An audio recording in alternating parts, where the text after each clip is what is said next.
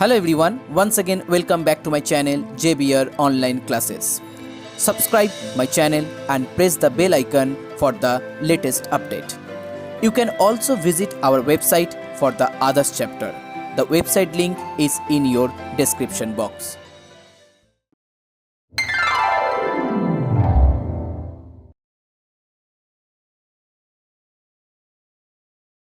So hello everyone, इस video में हम स्टार्ट करेंगे सम नंबर 21 से। सम नंबर 1 to 20 जिसका 2 या 3 वीडियो है, उसका लिंक मैंने डिस्क्रिप्शन बॉक्स में दे दिया है, आप चाहे तो वहां से देख सकते हैं। Find the equation of ellipse with centre at origin. Okay, centre at origin, तो यहाँ पर हम सेंटर लिख देते हैं। Centre at origin, major axis on the x axis. अगर मेजर एक्सिस एक्स एक्सिस के ऊपर है तो इक्वेशन हो जाएगा x square by A square y square by b square equal to 1 and satisfying the following condition. So first one, number 1, length of major axis that is 8. That means 2a equal to 8, a equal to 4. Eccentricity equal to half. So यहाँ से आपको मिल जाएगा e square equal to 1/4. So मुझे b square का value निकालना है, a square into 1 minus e square. तो यहाँ से हम लिखेंगे ए स्क्वायर और यहाँ पर 1 माइनस 1/4 लिखेंगे। अच्छा, ए स्क्वायर का वैल्यू तो मुझे मिल गया, तो यहाँ पर ए स्क्वायर का वैल्यू डायरेक्ट यहाँ पर पुट कर देंगे, तो यहाँ पर ए स्क्वायर हो जाएगा 16। So 16 into 3/4, so that one equal to 12। That means b square equal to 12। So x square by 16 plus y square by 12 equal to 1। That is my final answer. Complete. Next one, number 2. Length of minor axis is equal to distance between foci and length of latus rectum equal to 10. अच्छा, यहाँ पर थोड़ा change करके दिया हुआ है।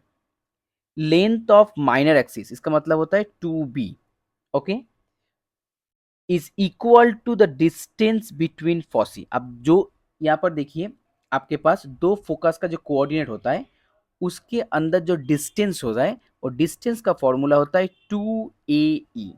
Okay, focus का जो दो पॉइंट होता है उसके बीच का जो डिस्टेंस होता है that is 2AE। So 2B is equal to 2AE। तो यहाँ से आपको मिल गया B equal to AE। Okay, B equal to AE। Now next, length of latus rectum. अब इक्वेशन कौन सा था? इक्वेशन तो सेम है, x square by A square y square by b square equal to 1।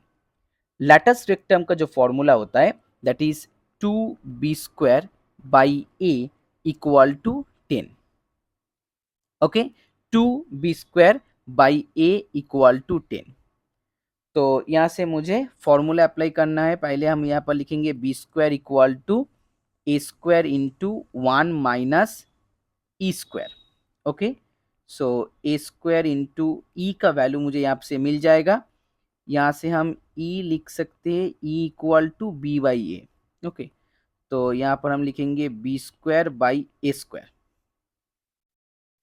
तो यहाँ पर A square minus B square, B square, तो यहाँ से 2b square equal to A square मिल गया। अब इस इक्वेशन को हम कंटिन्यू करेंगे। 2b स्क्वायर की जगह लिखेंगे A square by A equal to 10। That means A equal to 10। Okay, A equal to 10 मुझे मिल गया। अब मुझे b का वैल्यू निकालना है। So if a equal to 10 then a square equal to 100। So 2b square equal to 100। So b square equal to 50। So my final answer, x square by 100 plus y square by 50 equal to 1. Okay, complete. Next one, number 3. Eccentricity E equal to under root 2 by 5. So E square equal to 2 by 5 passes through the point minus 3, 1। जो general equation है x square by A square plus y square by b square equal to 1, क्योंकि question number 21 में पहले ही लिख दिया था major axis on the x axis, तो उस हिसाब से मुझे इस इक्वेशन को चूज करना है। अब देखिए पासिंग थ्रू द पॉइंट -3, 1, इसका मतलब x का वैल्यू हो गया -3, -3 का होल स्क्वायर 9, सो 9/a², 1 का whole square 1, so that 1 equal to 1। Okay, और जो इसेंट्रिसिटी का फॉर्मूला होता है, इसेंट्रिसिटी का फॉर्मूला हो गया यहाँ पर 1 माइनस b²/a²। सॉरी, इसेंट्रिसिटी का स्क्वायर का फॉर्मूला होता है, ई का फॉर्मूला होता है √1 माइनस b²/a²। यहाँ पर ई स्क्वायर दिया हुआ है, इसीलिए मैंने 1 माइनस b²/a² लिखा है। सो b²/a² का वैल्यू हो गया 1 माइनस 2/5, दैट मीन्स 3/5। ओके, सो यहाँ से हम लिख सकते हैं b² इक्वल टू 3a²/5। चलिए यहाँ पर वैल्यू पुट कर देते हैं, 9/a² प्लस 3a² जो बाई 5 था उसको हम न्यूमरेटर में लिख देते हैं। सो यहाँ से एलसीएम आपको मिल गया 3a², सो 27, यहाँ पर सिर्फ 5, so 32 equal to 3a²। Okay, 32 equal to 3a², so a² equal to 32/3। Okay, बहुत ही घटिया आंसर है, a² equal to 32/3। So b² मुझे मिल जाएगा 3 इंटू 32/3/5, सो 3 कैंसिल आउट, 32/5। सो a² और b² दोनों ही आंसर मुझे मिल गया। सो फाइनल आंसर लिखेंगे x²/32/3 plus y²/32/5 equal to 1। सो 3 को हम ऊपर कर देंगे, 3x²/32, 5y²/32 equal to 1। Okay, तो फाइनली आप इसको थोड़ा एडजस्ट करके लिख सकते हैं, 3x² 5y² equal to 32। Okay, so last में आंसर बहुत अच्छा आया है। So 3x² plus 5y² equal to 32, that is the final answer. Okay, now the last one in sum number 21, that is 4 passes through the point 4,3 and -1,4। Okay, बहुत ही easy question है। Passes through the point का मतलब ही होता है x और Y का value. तो पहले आप यहाँ पर इक्वेशन लिखेंगे x²/a² y²/b² इक्वल टू 1। तो अगर 4,3 से पास हो रहा है तो 16/a² plus 9/b² equal to 1, क्योंकि x का वैल्यू 4 एंड y का वैल्यू 3। अगर -1,4 से पास हो रहा है सो 1/a² और यहाँ पर 16/b² इक्वल टू 1। ओके, तो यहाँ पर देखिए अगर दोनों इक्वेशन को हम साइमल्टेनियस लीनियर इक्वेशन से सॉल्व करेंगे तो a और b का वैल्यू अलग से मुझे मिल जाएगा। तो अगर हम यहाँ पर a को कैंसिल आउट करना चाहते हैं तो फर्स्ट इक्वेशन को, जो फर्स्ट इक्वेशन आपके पास दिया हुआ है, फर्स्ट इक्वेशन को हम सिर्फ 1 से मल्टीप्लाई करेंगे और सेकेंड इक्वेशन को हम 16 से मल्टीप्लाई करेंगे। थोड़ा ध्यान से, फर्स्ट इक्वेशन को 1 से मल्टीप्लाई करेंगे, सेकेंड इक्वेशन को हम 16 से, ओके 16 से मल्टीप्लाई करेंगे। तो फर्स्ट इक्वेशन को मल्टीप्लाई करके हम ऐसे लिखेंगे 16/a², 9/b² इक्वल टू 1। हम यहाँ पर एलिमिनेशन मेथड अप्लाई कर रहे हैं और इसको 16 से मल्टीप्लाई करेंगे, सो 16/a², 16 16 256/b² इक्वल टू 16 हो गया। अब माइनस कर देंगे तो this one will be cancel out, यहाँ पर एलसीएम हो जाएगा, सो 9 माइनस 256/b² और यहाँ पर आपको -15 मिल जाएगा। ओके, -15 हो गया।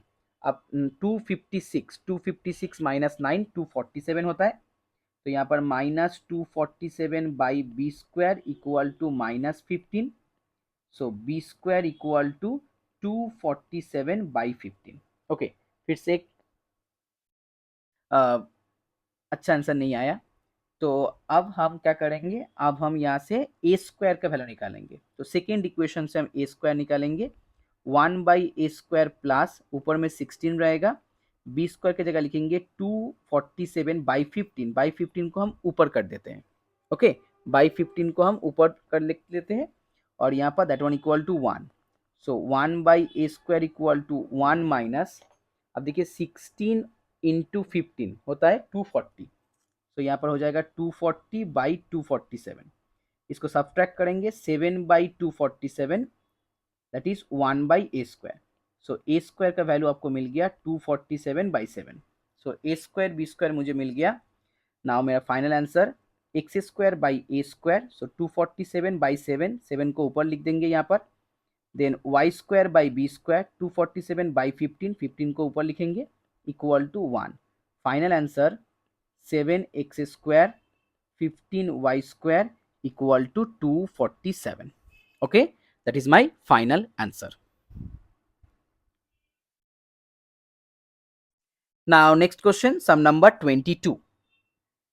Find the equation of the ellipse whose center is at origin 0, 0, major axis on Y axis. अच्छा, major axis on Y axis, इसका मतलब जनरल इक्वेशन हो जाएगा x² by b² y² by a² equal to 1 and passing through the point 3, 2 and 1, 6। 3, 2, 1, 6 same to same problem है जैसे मैंने last problem को solve किया था।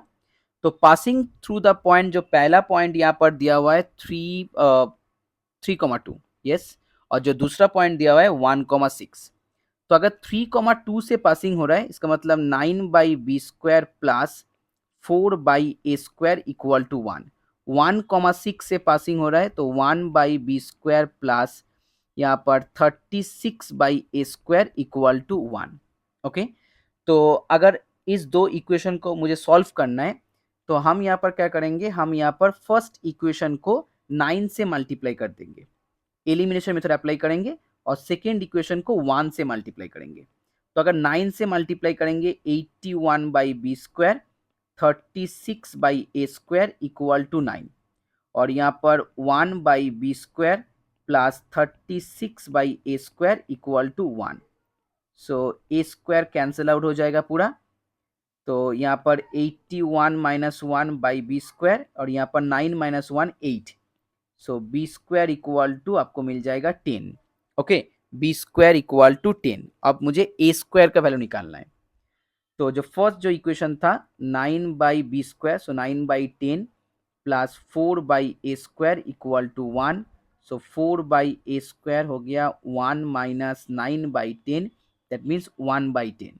सो a² इक्वल टू 40। तो फाइनल आंसर आपको मिल गया x² by b² plus y² by a² equal to 1। Okay, अगर चाहे तो आप यहाँ पर 40 से मल्टीप्लाई कर सकते हैं।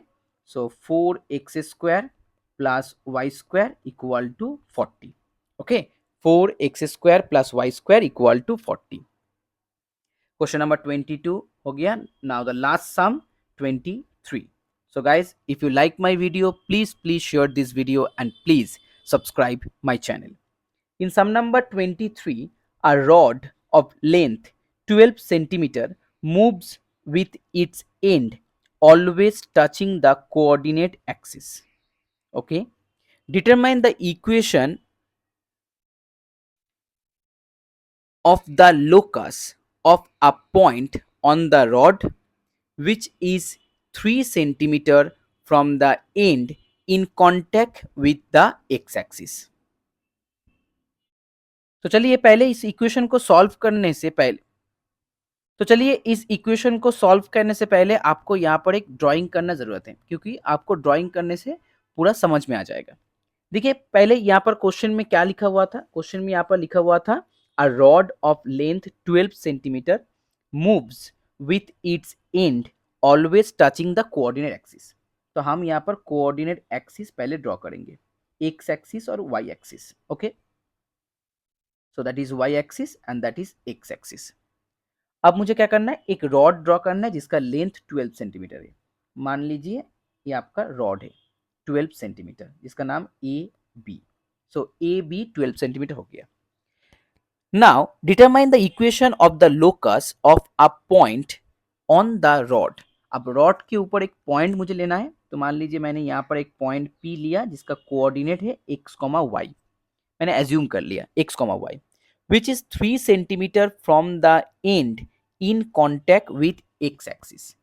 3 centimetre from the end, x axis के ऊपर जो एंड पॉइंट है that is a point, so A से जो पी का distance that is 3 centimetre.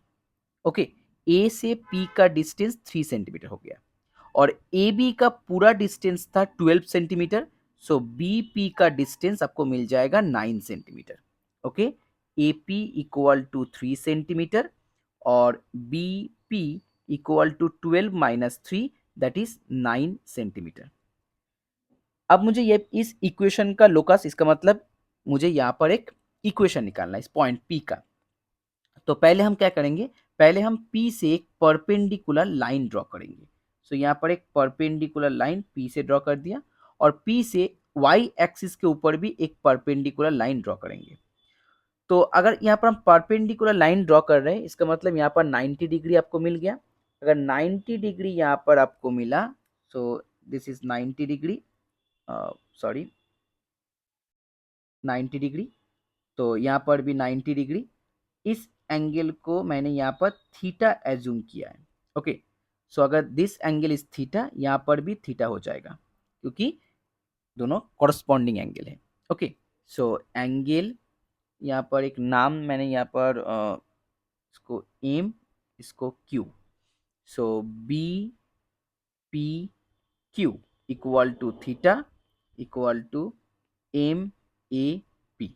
Okay, दोनों ही एंगल थीटा हो गया। Now from triangle M A P, in triangle M A P, यहाँ पर अगर हम साइन थीटा का वैल्यू निकालेंगे तो साइन थीटा इक्वल टू आ जाएगा y/3।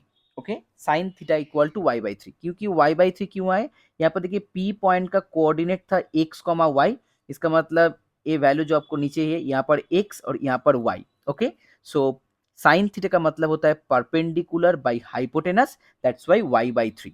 Now next one, triangle B Q P और बी पी क्यू, यहाँ से मुझे कॉस थीटा का वैल्यू निकालना है and cos theta will be x/9 base by hypotenuse. अब दोनों इक्वेशन को 1 और 2 इसको हम स्क्वायर करेंगे और ऐड करेंगे। तो स्क्वायर और ऐड, तो 1 को स्क्वायर करेंगे y²/9 और यहाँ पर x²/81 equal to sine square theta plus cos square theta equal to 1। So finally अगर एलसीएम कर देंगे तो 81 एलसीएम आ जाएगा। So 9y² plus x² equal to 81। Okay, 9y² plus x² equal to 81, that is my final answer.